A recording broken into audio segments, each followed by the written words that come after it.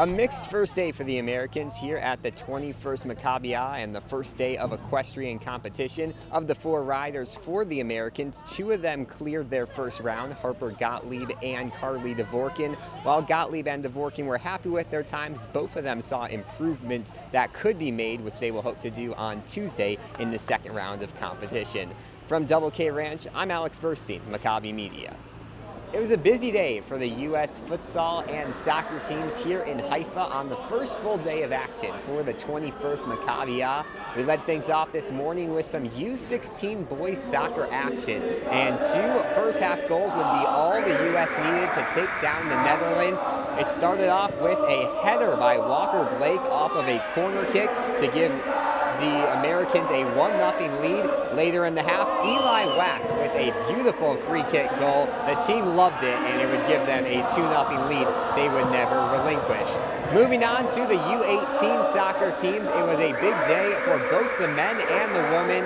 A 5-0 win for both the teams. First for the boys over Germany, and later for the girls over Australia. Moving on to the futsal games inside Benzie Hall here. It was a rougher day for America, leading things off with the U16 boys team taking on Brazil. 34 minutes of scoreless action would keep it a close game. America actually struck first with a goal with just over 6 minutes left in the game. However, with 90 seconds left, the Brazilians had the equalizer. That one would end in a 1-1 tie. Moving on to the U18 boys team, it was a rough one. 5 first-half goals by the Israelis, 5 second-half goals by the Israelis, and some great skills shown by that Israeli team. They get a 10-1 victory over the Americans to start off their futsal campaign.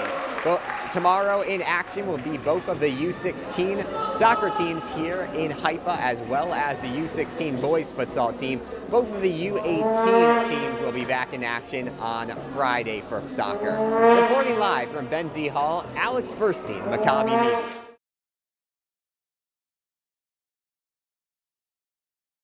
While most of the U.S. delegation prepared for opening ceremonies on Thursday morning, the U.S. U16 girls volleyball team was up bright and early, looking for a 2-0 start to pool play. But in their way was Argentina, searching for their first win of the tournament. With a group of young Israeli school children cheering them on, it was a strong start for the Americans, going up 6-0 in the first set, before Argentina fought back to make it a 2-point game 9-7. But then came the 2 advantages the U.S. had: size and power. Because when the other teams don't have blockers, it makes it available for us to hit more so we can get more kills. Yeah.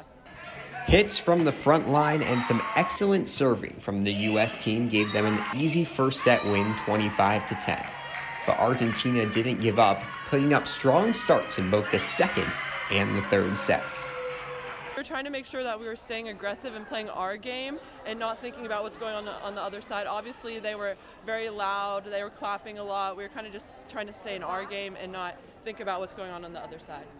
But once again, the U.S. height would prove too much for Argentina, as the U.S. took set 2 25-7 before closing it out in the third set 25-11. Closing the game on a 17-3 run. Because it builds our momentum for the next games, and obviously Brazil and Israel are going to be some really hard matches, and I think it builds our momentum for the next few games. The U.S. now heads into their tougher part of pool play. First off, a date with Brazil on Sunday. That game is set for 4 p.m. From Milan School Hall, Alex Burstein, Maccabi Media.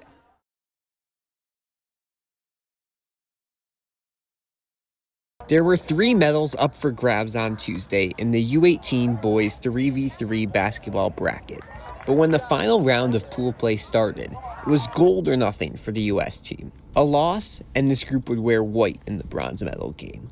A win, and it was red for the gold game. And so came the idea. So we were thinking, like, how can we motivate ourselves a little bit extra to, give us the chance to win?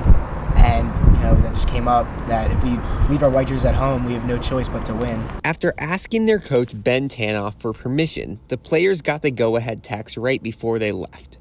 Burn the boat, Tanoff said. There's this ancient Spanish conquistador, and he wants to go seize this treasure that's on an island that nobody for years has been able to take. And so him and his men, they go to the island, and the story goes that they were successful because the conquistador, when they got there, he told his men to burn their boats that they came in, because if they were going to leave, if they were going to take the treasure, if they were going to win, they were going to leave in the other people's boats. While the team of 3 and the coach agreed on the plan to burn the boats, which meant leaving the white jerseys at the hotel, there was still some hesitancy. I was nervous.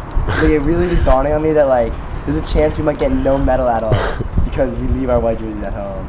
And the nervousness increased when the U.S. fell behind late in their first game of the day to the Israel 2 team.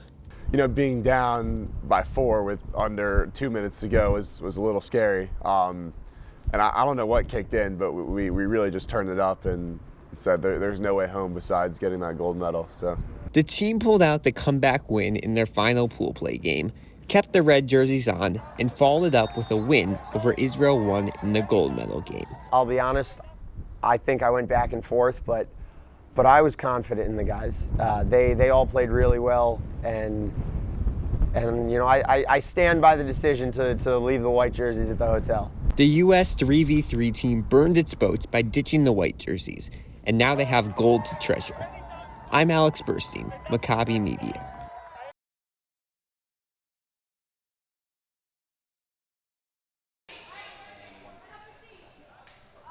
It'll be USA ball out of the timeout. We'll see how their game has adjusted a little bit after Sherry Levin called her first timeout of the afternoon. 2 timeouts allowed in the first half for both of these squads. As Lustgarten gets it top of the key, they're going to have a nice little triangle going here. Ends up getting it in the paint, but they'll pass it out to Carling. More ball movement on this drive from America, but once again, it's going to end in a turnover. Haran gets it, top of the key, 3 on its way, no good there from Levy, and the Americans will get it back. Myers had the chance for a 3 there, but some unselfish ball from the USA. 3 off the mark, though, there from Amit Lustgarten. And the 3 ball has been a problem for both of these teams early on. It seemed with both the coaches, shooting was going to kind of be an advantage for both these teams, but right now the outside shooting has kind of been a problem for both these squads. I completely agree, and as you said, the three-point line is actually different than what they're used to shooting on. And when we were speaking with Coach Levin, she actually said they all are really, really strong in their three-point shooting, but today we just aren't seeing that. The one difference between these 2 teams, Israel, despite being a younger team, they play with these FIBA international rules all the time. USA playing in the NCAA, the rules are a little bit different, and Israel seems to be taking advantage of that as Lustgarten misses the pass to the outside, and another turnover here from the USA. Checking into the game is going to be Molly Weiss. She comes in for Lustgarten after a couple of airs there from the guard out of Salt Lake City, Utah.